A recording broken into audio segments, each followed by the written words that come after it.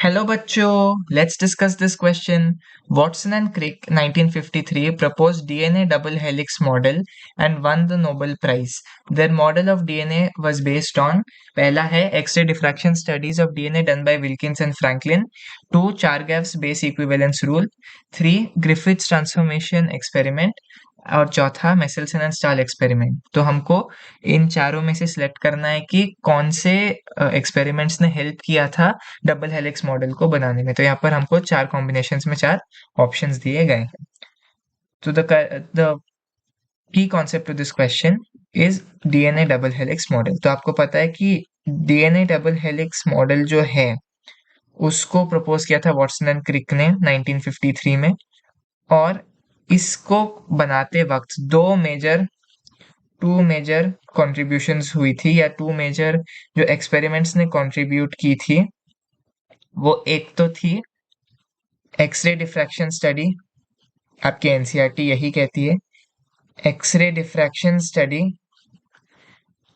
Bye Wilkins and Franklin, by Wilkins and Franklin. और दूसरा है चारगैफ्स बेस इक्विवेलेंस रूल, जिसने बेस पेयरिंग को जन्म दिया, जो कि एक मेजर हाईलाइट था डीएनए डबल हेलिक्स मॉडल का। तो चार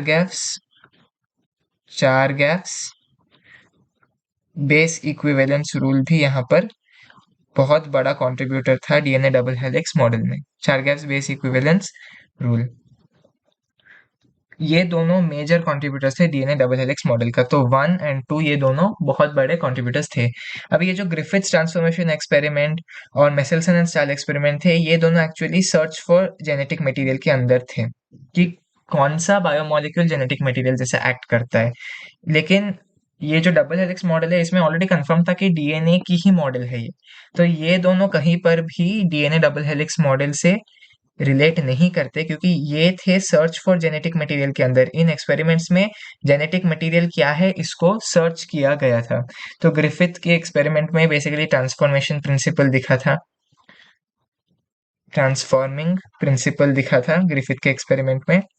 और मिसेल्सन स्टाल एक्सपेरिमेंट में आपको बैक्टीरियोफेज दिखा था। बैक्टीरियोफेज दिखा नहीं था, बैक्टीरियोफेज को यूज किया गया था, जिसमें रेडियो एक्टिवली लेबल्ड एक बार सल्फर एक बार फॉस्फोरस को यूज किया गया था।